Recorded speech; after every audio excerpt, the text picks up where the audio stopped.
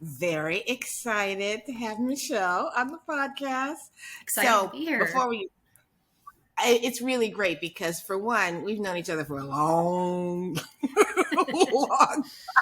Long I time. mean, a long time. So we served together on the board of directors, and we used to roommate when we were on the athletes council Yep. back in the day. Mm-hmm.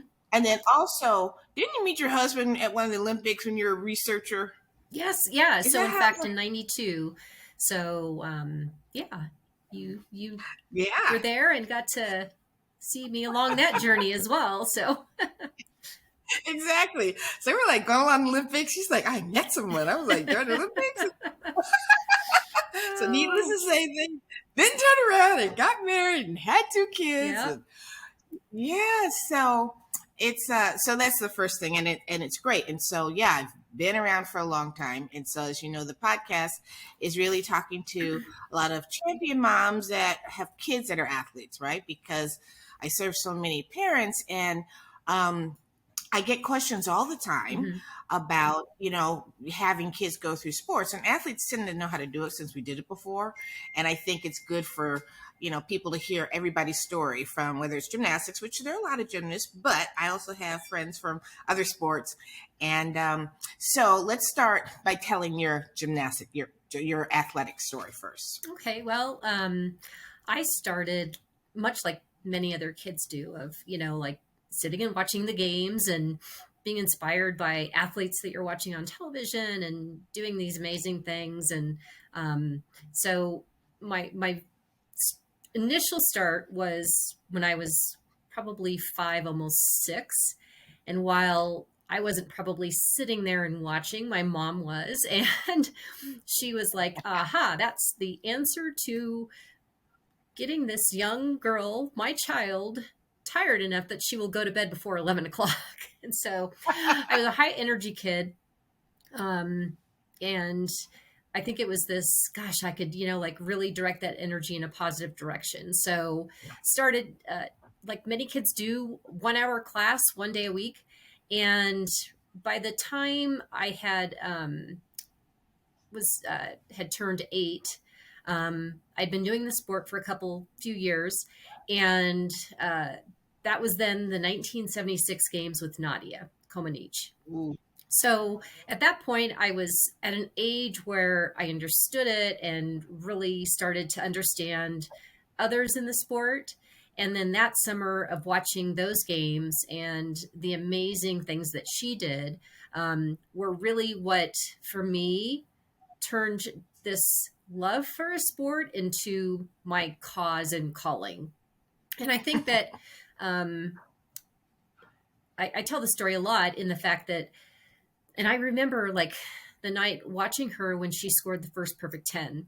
I can remember everything about the room, what we ate for dinner, who was in the room, what we were there. And it was just like, I was so focused and locked in on this that it was a life-changing moment for me, because I was a kid who had talent and, some kind of raw talent and drive, but not a kid that people would look at and go, oh my gosh, that kid's going to be, like she's really going to make it. I was scrappy. I was someone who needed a lot of direction, but I wasn't afraid to work hard and kind of put myself into everything. That when I saw her score the first perfect 10, she did the impossible. She did what people thought was to be impossible. And for me, it almost gave me license to dream that, gosh, if she could do what was impossible, why can't I have dreams or goals that may seem impossible, but that I could put out there and work towards? And so that was kind of my beginnings in the sport. Like many young kids, you go through the levels, you take one step at a time. I was so fortunate to have a great support system, great parents, coaches, teachers, teammates, that, all of that came together in that summer of '84. And as you know, Wendy, it's so much of it's luck too. You can have all the right pieces and tools in place for success, but it can come down to an injury, an illness, an unfortunate event or circumstance that can derail. So I stayed pretty healthy that year, went through the trials process, did pretty well, and then ended up competing in Los Angeles, right in my hometown backyard. And, Right.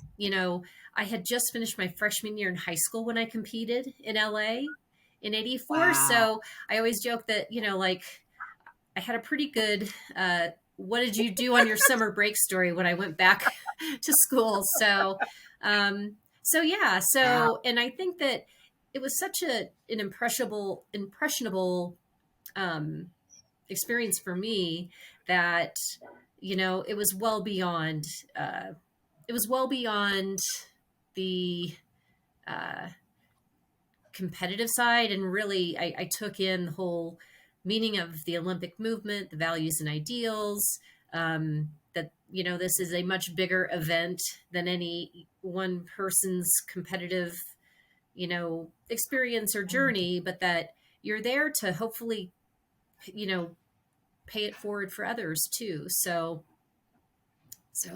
that's kind of what I've done through my life. I've tried to look at opportunities where I can contribute and give back. And, but it was just a great, wonderful experience in a sport that I loved, and just, it was awesome. So That is so cool. Because, yeah, it's interesting. You have so much of your career and just stay close to the Olympic movement. There are a lot of athletes that do the Olympics and then, like, exit stage left and do something totally, especially when you're young, right? You were so young, so you definitely could have, like, started something else totally new, yeah, but you always stayed close to the Olympic movement. And of course, it was such an exciting time. I mean, gymnastics in the 1980s was just, you guys, it was so exciting. So you stay close. You went to the Olympics, met your honey. It's so funny because we all work so hard, right? It's like a crazy, exciting thing, but yeah, and researching, yeah, it's a lot. So yes, so you met your spouse and got married and had two girls, and I was around. I was around especially for the first, right? yep. So tell us about your journey as a mom and raising another athlete. Yeah. So Matt and I met in '92 at the Barcelona Games. We were both hired by NBC to be researchers for kind of in a sports specific role. So I was hired to be a gymnastics researcher. Matt was hired to be the researcher for swimming.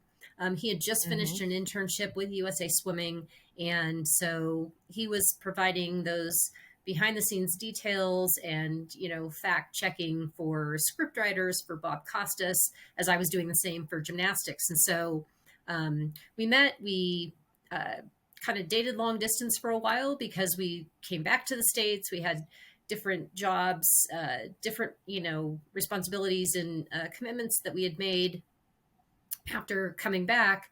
But then after a while, I moved to Colorado Springs, and we got married, and then had our first daughter in the summer of 1999. And so, in terms of just as a journey as a new and young mom, that's a lot. You're what to expect what to expect when you're expecting. You read the books and you get ready and you prepare. And but then we got some news about halfway through my pregnancy that some of my tests and markers that you do at about that midpoint came back out of line. My doctor called me and said, we're just going to check. It could be several different things, but let's bring you in for an ultrasound. And it was at that ultrasound that we discovered that the baby had spina bifida. And so spina bifida is a neural tube defect, and it happens very, very early on in pregnancy, but it's basically when the spinal cord doesn't form correctly. And so with that comes a multitude of health and, health issues that have to be considered with regards to physical mobility. So if the spinal cord's not forming correctly, that means paralysis happens. There are some other physiological things that happen that require surgeries, and it's it's a lot of different health effects that happen with spina bifida. And so at that moment, it was really it was not only learning how to be a new mom, but trying to learn as much as we could about um, this diagnosis and being as prepared as we could be for her arrival. And so Abby was born in June of 99. And, we learned along the way. And there were, in that first year, she had 6 surgeries before turning 1. And it was really tough. It was, is she crying because she's hungry, or is she crying because something really big is happening? Um, and so it was a learning process. The internet was just kind of at its very early stages. And so you're going to the library and checking out books and trying to connect with other families and parents who have young children with spina bifida. And Right. so we kind of start along this journey of learning how to be new parents in a unique and different way, and having a little bit of a different path towards young parenthood. So that was it was scary. That's a lot. It was scary. Mm-hmm. It was daunting, but it was also I think you learn this amazing community and how much the community of spina bifida has, and just enriching lives, and wonderful connections and people that we've met. And so it's, I guess, it's always been a different path than what you kind of envision, but Right. but it's been a pretty amazing journey as well. So Yeah. So I think even before we talk about the sports part of it, because she's quite the athlete, I really remember you're advocating for like playgrounds yes. with accessible thing, that type of thing. I don't know if people think about this, but you're bringing a young child in, but your advocacy, and I don't know if being in Colorado Springs around so many sports stuff, but tell us about that part Yeah. of So advocating. yeah. Mm-hmm. So I think we knew halfway through the pregnancy about Abby's condition, and so you think you're so focused on the medical side of it, of making sure that you're attending to those medical needs, especially early on. And I remember it was so we had lived in Colorado Springs, and then right before she was born, we moved to Los Angeles. Matt got a new job that took us out there, which was kind of part of the decision that we made to make that move, was that my family was all still in Southern California, and we knew about Abby and her diagnosis. And so it was great business opportunity and work opportunity for Matt, but also a chance to be back near family during a time that we thought we might need a little more help and support. And so Abby was about 6 months old, and it was a beautiful day, and it was just, a day to take her outside and go to a park and a playground. And it was kind of a moment, another pivotal moment for me, of sitting there and realizing at that point, we didn't know what her true mobility would be. We knew Right. she had paralysis, but at 6 months old, she wasn't walking, and she was certainly delayed with certain mobility issues, but not walking. Wasn't sure if she was going to walk or what that was going to be like. But here I am at a park. We go near the playground, and we're sitting there, and we kind of sat near the sand, and she was let her play in the sand and everything. And then I realized, oh my gosh, like sand is so inaccessible. If she's going to be a wheelchair user, or if she has to use a walker to get around, either way, Right. she was going to have a very inaccessible place to play, and a place that would have several barriers for her to play and interact with other kids. And it was kind of like it was like getting hit with a ton of bricks. And Mm-hmm. another sort of stark realization as a young parent of, you know, challenges that she was going to potentially face. And so, and it was about that same time that opened the paper in Los Angeles and read an article about some young moms who were starting to build universally accessible playgrounds.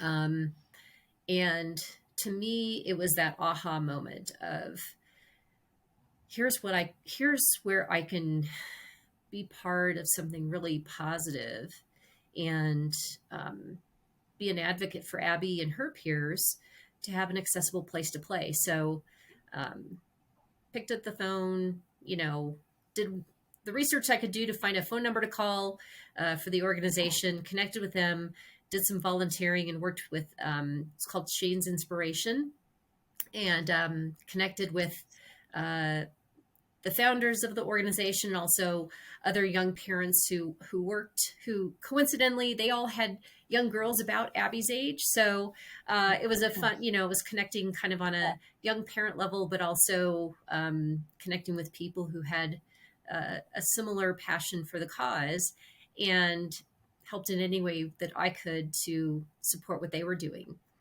Life took us back to Colorado Springs, but in having that experience, I left knowing that I wanted to do a project like that back here in Colorado Springs. So a handful of years later, I had gone back to work full time. And when Abby was about 7, and then we then had a second daughter, Zoe, who was about 3, for me, it was time to, like, you know, make a little bit of a shift and pivot in my life and path to focus on getting a playground built. So worked with the city of Colorado Springs, did some fundraising, did a lot of, you know, meetings with local community members, city council, prospective donors, and built Swing High Playground.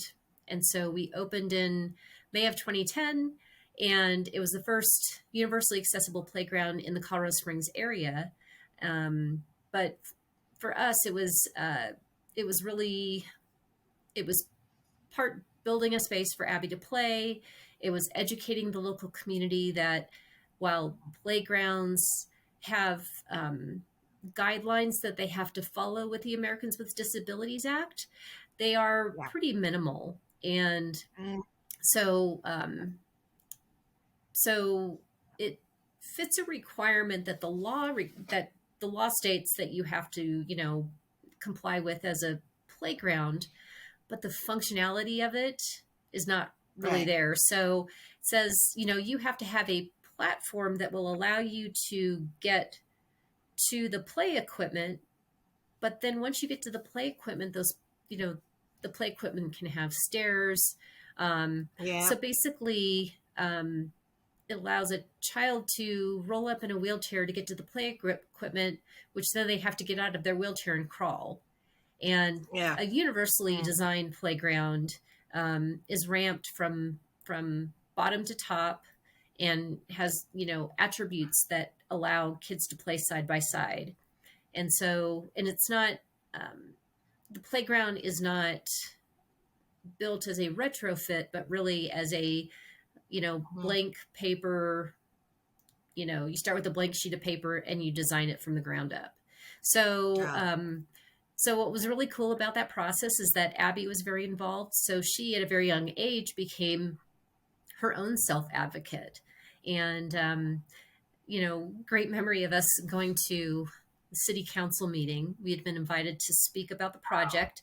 We weren't yet at a point to really start building, but we wanted to kind of present the idea of, you know, like, this is in process. We want to inform you of what we're doing. We would appreciate your support as we go through and, you know, do this. And so I spent about 5 minutes giving all of the technical aspects of the playground, why it was needed, the number of community members that it would serve. And then Abby got up and had her little note cards, and she gave her own presentation. And by the time she finished, they were ready to write a check. And so, and And I think what we found out is the power of Abby having that voice. I mean, it's one thing to present a project and to lay out the blueprints and the design and the plans and the kind of fundraising target and date that you want to open, and but then when you see somebody who that project will benefit, it's a game changer. And so it was a great project and process for us all to go through. And I think it really empowered Abby to have that voice and to, you know, build that confidence that, you know, she could speak for herself and others who need to be heard. And I think that was really critical for her in, you know, playing sports and being involved in athletics too. I hear from a lot of the champion moms, they talk about how important it is to advocate, to have their young people advocate for themselves, to either communicate to their coaches or something, because they don't really want to be the ones in there having to do that one. And there's something about that power. It's kind of a recurring theme. But I also want to tell us about her sports journey, because her sports journey is pretty, I mean, long, long, long, long. And I know a lot of people may not know about the opportunities that she had through her sports. So I don't know if having you as a mom meant she was going to go to sports automatically, but tell us how Abby got into her sports career. So, I mean, the fact that Matt and I are both involved in the Olympic movement and, you Right. know, Paralympic movement as well, we Yep. came in as parents with, you know, kind of armed with a little bit more information on Mm. how to get involved. But it was still hard. I mean, it was still, you know, work for us to find local grassroots programs that she could get involved with. We probably Yep. had more information on what was kind of like the landscape nationally, but it still came down Right. to finding those programs at a local level. And so, um, but what we wanted to do was make sure she had a chance to try a lot of different things. And part of that was when I left my full-time job, um, that was not only to work on the playground, but also with both girls getting to that age where they were going to be involved in, you know, their own kind of, you know, opportunities to drive different sports and music and art. Um, that allowed me to have more flexibility to find and seek those opportunities. Um, you know, finding a local wheelchair basketball club is not as easy as finding a local basketball Yep. club. And so Gotcha.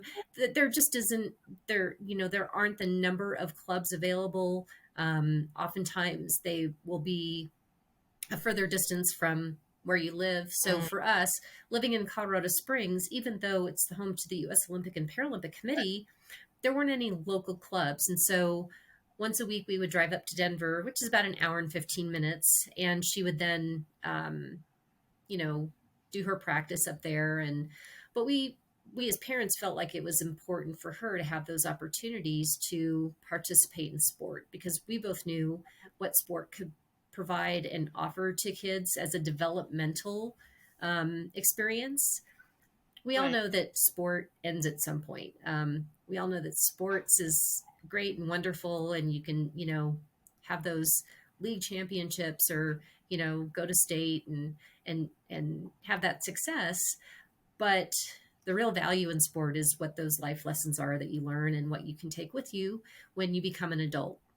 And so Right. with both girls, we felt like that was a really important um, opportunity to make sure that they had, um, but not directing them or, you know, like keeping it narrow for them to choose what sport to do. So my younger daughter Zoe did gymnastics for a little bit, but Yep. we all knew that that was not going to be the sport for her. And Okay. so it was funny because she had done it for a little bit. She stepped away from it. And then it was during the 2012 London Olympics that she Right. absolutely fell in love with Gabby Douglas. And she begged me to go back to gymnastics. And it was like, okay, we can Right. do it. But I knew that this was going to be another kind of short lived Right. experience. the one thing that we did kind of really make sure that with whatever the girls were choosing to do, that they at least fulfilled their commitment to whether it was the season or whatever that term of commitment was. That was the one Right. thing we stayed pretty like strict on, was if you've made a commitment to participate Mm, with a team or, with a group, that you see through that commitment. And then once that commitment's finished, then of course, if it's not the right thing, but, and so that's Abby had the yeah. chance to try a lot of different things. Her first sport experience was sled hockey, and Wow. Hmm. so it was hilarious. We were she was probably 4 or 4.5, and we got this email, hey, come try sled hockey, and um, just come, we've got equipment. And I remember Matt and I were so excited because this was her first chance to try a sport.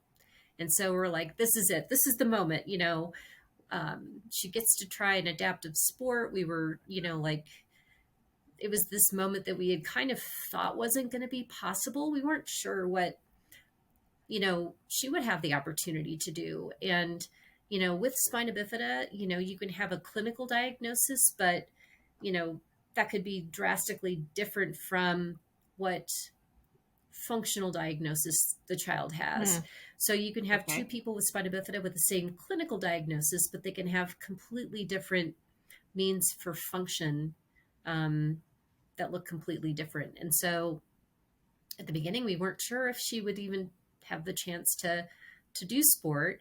So this was a monumental moment in our minds for her to get to try a sport and have some fun. And the destination, the ice hall where they were doing this try sled hockey at, was about an hour and a half drive. Now, mind you, Wow. she's like Hmm. 4.5, Zoe's 1, and we're now packing up a car and driving an hour and a half for her to try sled hockey. So we do the drive, we get up there, it takes another 30, 45 minutes to get her situated in a piece of equipment. And just about the time that she's all set and ready to go onto the ice, somebody comes in with this big basket of snacks. And she just, her Wow. head was on a swivel. It was like, she was like focused in on that snack basket. She was on the ice for about 5 minutes before she was like, okay, I think it's time for a snack. And so I think she spent a total of 5 minutes on the ice. But we had such a laugh because, in this big buildup to her having this sport experience, she's Yeah. still a 4.5-year-old. And at that age, it's all about the snacks, no matter what. So, I mean, it was certainly a reality check for us that we laugh about, with this, thinking that it was going to be this, like, here we go, this is what we've been, waiting for. And no, it's about the snacks. It's about the snacks. But eventually she became a really super great basketball player. Yeah, so she Yeah. got the chance to do, I would say, from middle school through high school.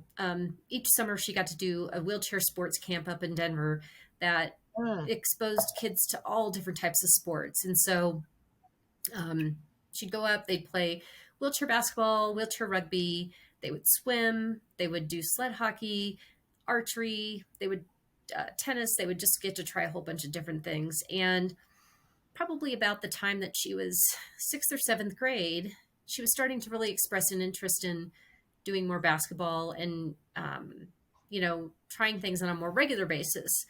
And that also included giving a try of wheelchair track and skiing. And so mhm. from that experience that she had at camp, we connected with a gentleman who ran the club in Denver. And so in 8th grade, she started to do wheelchair basketball on a more regular basis. She was also trying skiing and track at the same time. So by her, I guess, sophomore year in high school, she was doing all three sports. And Wow. that was tough, but it was also great because she was getting to try all three. And, she could really then see which one she had the most passion for, and that was wheelchair basketball.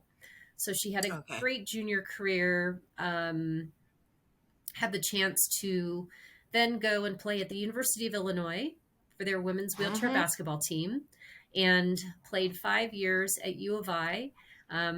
So with COVID, they were granted an additional year of eligibility, and graduated with her bachelor's degree and then her master's degree as well. And just this past spring, had the chance to, she did national team tryouts. She had done national team tryouts two other times and had missed the cut, but this past spring made the national team pool and got to represent Team USA at the Americas qualifier in Sao Paulo, Brazil. So, Wow. Very cool. yeah, Yeah. Yeah. That's exciting. That's really exciting. yeah. So Yeah. it was a great season for her. It was her last year playing for Illinois. They had a phenomenal season. Got to the national championship and lost in a buzzer beater, um, Oh, nail biter. But they had an yeah. amazing season. And then from there, went to team tryouts, made it into the pool, got selected to compete in the continental qualifier, and so yeah, it was a great year for her for sure. That's amazing. And that's really great that to have this long arc and still be on Team USA, especially through COVID. I don't think, COVID was tough on It everybody. was. And it was really, yeah, it was tough. So did she stay at school all that time, or did she, how they do the school that 1 year off or whatever? So she did. So like everybody in March of 20, when everything shut down, Yeah. school shut down, she came home, did remote learning. But then in the fall, did go back to school, even though they were still remote classroom. The team did practice Mhm. because there was some anticipation that come January that they would get to play. But the university itself opted out of athletics for all of their students. Well, So okay. she did go back and live in Champaign while she was doing school. And then the following year, um, same, she went back and basically went to school, lived in Champaign, and did her last season. So, That's amazing. Yeah, Champaign has a long history yes. besides this school, but a big one in gymnastics too. I hear that from the old school, right? That's right. So, I mean, even going there and visiting her, we would sometimes go to volleyball tournaments, and the hall that they have for volleyball and gymnastics, has their Hall of Famers listed on the wall. So, a lot of familiar names on that wall that you and I both know. So, Abby Grossfeld, Nancy Yeah. Marshall, or Nancy Thies Marshall, and Charles Lakes. So, yeah, fun to see those Wow. Yeah. names. Oh, that's fun. That's amazing. Yeah. So tell me before we're finishing up, what would be your words to other parents as far as, because you obviously put such effort in there to make sure your daughter was able to participate in sport. And it's already tough, but then also for accessible sports, you have to take that other thing. So what would you kind of tell parents that may have to, go down this road? Yeah, I think I'll talk like for just the opportunity for kids to do sport. It's Mm-hmm. keep in mind and remember that while what they're doing on the field at the time is great and wonderful, always keep in mind that those are life lessons that they're learning, and that they're not going to take that, unless you're part of that very, small percentage of Mm-hmm. young, athletes that have the opportunity to play professionally, which is awesome. But keep in mind, keep the big picture in mind that sport is really a means for learning some great life lessons and learning um, ways to be, great adults and great, employees in the workplace. Attention to detail, focus, commitment, determination. Those are all great attributes that athletics gives to kids. And so when I coached for a number of years. I always tried to look at myself more than a coach, but more as a mentor, teacher, and role model. Knowing that, I would probably have to spend a session or a rotation with my athlete trying to break down a skill or learn it in a, and be extremely focused on that, but knowing that work and that skill they weren't going to take with them into their first job. But what were they going to take Right. with them to the first job was like, how are they able to handle when it's difficult, when they're facing a challenge? So what was I doing as a coach to try to break through with that athlete to accomplish that skill in a way that they were leaving with the kind of skill set to then adapt to other things? I think as a parent of a child with a disability and looking kind of in the adaptive sports space, I see a lot of parents who, you are your child's protector. And so a lot of times parents have to be like ultra tuned into safety for your child, whether it's helping or assisting them with a physical task or helping and assisting in the school setting or the classroom. And so a lot of times parents will take on that, protector role beyond an age that the child might need because it's how we're programmed based on what those Right. early needs are.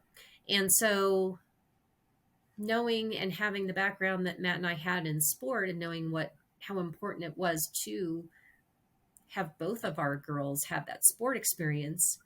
I think it's funny because you watch sports like wheelchair basketball and they're in these, pretty cool looking chairs and the wheels, they can spin really quickly. They can go really fast. And sometimes that results in the chair tipping over. They'll take a fall, pretty hard one, but they're strapped in their chair. So it's not just them falling on the ground. It's the chair and the equipment falling with them. And like when Abby was skiing, she's going down the hill pretty fast. Right. So if she falls, she's falling with that equipment strapped to her. And it's this, oh my gosh, doesn't it worry you? Aren't you scared? And heck yeah, like I was always worried and scared, but that I wasn't going to take that experience or that opportunity away from her and let fear get in that way because she's still a kid and still, those experiences are important. You want to make sure that you're putting them in as safe an environment as you can, but don't be afraid to let them go and experience some of those difficulties at times. One of the so when Abby first started playing wheelchair basketball, the team typically and pretty most often would have to travel for any game that they would play.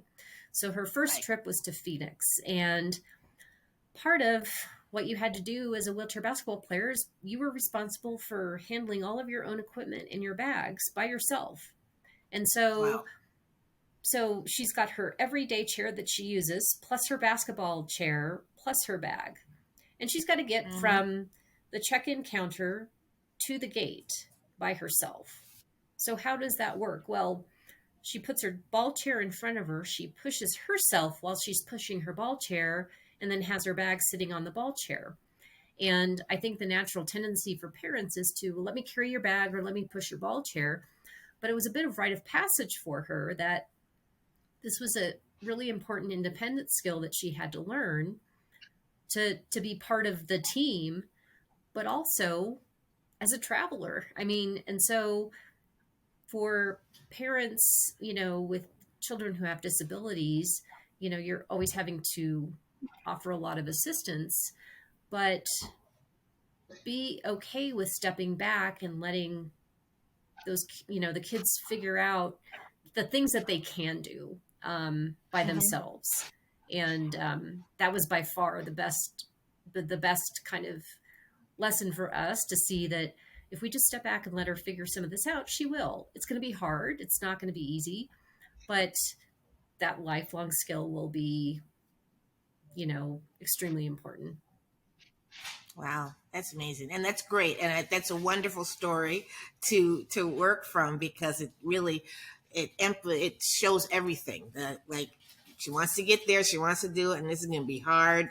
But if you do it, then you really open up a lot more opportunities for yourself. Absolutely. That's I think those amazing. early experiences traveling with her team allowed her to have the Mm-hmm. confidence to know that she could go away to school and be a student living several states away. And without that, that would have probably been a hard transition for her. So, Wow, and how she flourished, right? Yeah, yeah, bachelor's and master's, and the national team or Team USA. That's a lot. So, Michelle, for one, it's been super great. For one, I don't get to see my folks enough. Just like, and Michelle's come to the gym. She's been in Harlem. She's seen what we do. But it's really great. It's really great to share this with you because it's been a long journey. I know, I know. And And now I yeah, don't know. I mean, yeah, I know you know that I work at the U.S. Olympic and Paralympic Museum now in that's Colorado right. Springs. And so what's really cool is we have a facility that was designed with a universal design, and we get to Yes. welcome Olympic and Paralympic athletes with that same kind of open arms, universal design approach. And so it's really cool because my experience of building the playground is really and has really Wow. played into what I do now at the museum. And um, just a really quick story I'll share is the summer of 21 during the Tokyo Games, met a young family who had just moved to Colorado Springs, three young children. Their youngest has spina bifida. And mom and her youngest son, Liam, came to the museum, and it was a life changing experience for her to see that, like, athletes that have spina bifida can accomplish, like, they can be the world's best athletes. And so with her son being quite young, she was still in that very kind of, early stage of lots of medical things to figure out, very busy and pretty overwhelming. And so she wrote an amazing note via email, and then we got to connect and kind of talk a little bit later. But it was pretty full circle for me because while I'm standing there talking to her, I'm thinking that was me several years ago as a young mom going, gosh, how, like, this is a really big undertaking to be, a young mom, and also to, you know, learn about spina bifida, what the Right. medical interventions are, and then to manage and balance all of that. But then to Yeah. see, that there, if any of our children want to pursue this, that there is a path and that they can have like an amazing experience and opportunity to do that.